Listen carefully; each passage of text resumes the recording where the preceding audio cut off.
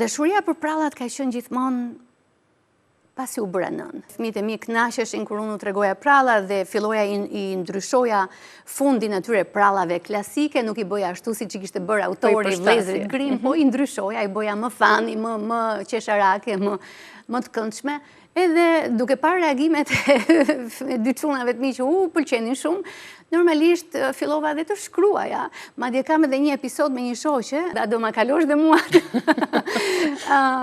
Dhe fillova dhe të dërgoja shoqeve regjistrimet audio të prallave të mia. Dhe më pas, duke e përdorur prallën në terapi, në punë me fëmijët, këto janë 3 momentet që unë mendova që është mirë që aq më tepër kur këto pralla shkruhen nga një psikologe që arrin të ditë të kuptojë bot kuptimin e fëmijëve dhe të përcjellë ashtu siç duhet mesazhin që në fund fare duhet të mësohet prej fëmijëve.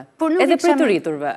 Është e vërtet, por nuk i kisha menduar që do t'i mblidhja në një libër, thjesht i shkruaja dhe i përdorja. Është përzgjedhur në 500 më të mirë të librave për të vlerësuar për në konkursin e madh të çmimeve në Panairin e tanishëm.